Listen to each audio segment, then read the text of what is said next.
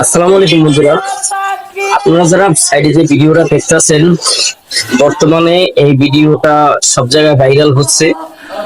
এর কারণ কি? এর কারণ কিন্তু অনেক মানুষ এখনো জানে না। কেউ নেগেটিভে নেয়, কেউ পজিটিভে নেয়। এর অর্থ হলো যে আগেরকার আগেরকার দিনে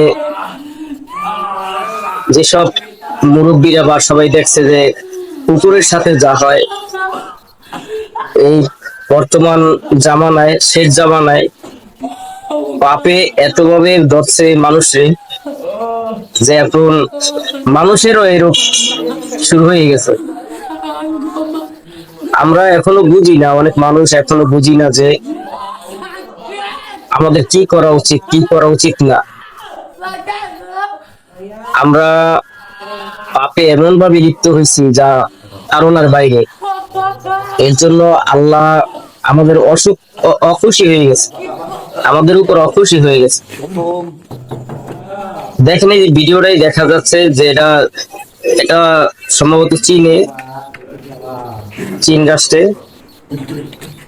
এটা বৈধ না অবৈধ সেটাও আমি জানি না, কিন্তু তবে যা বুঝলাম, আমি ভিডিওটা দেখে যা বুঝলাম যে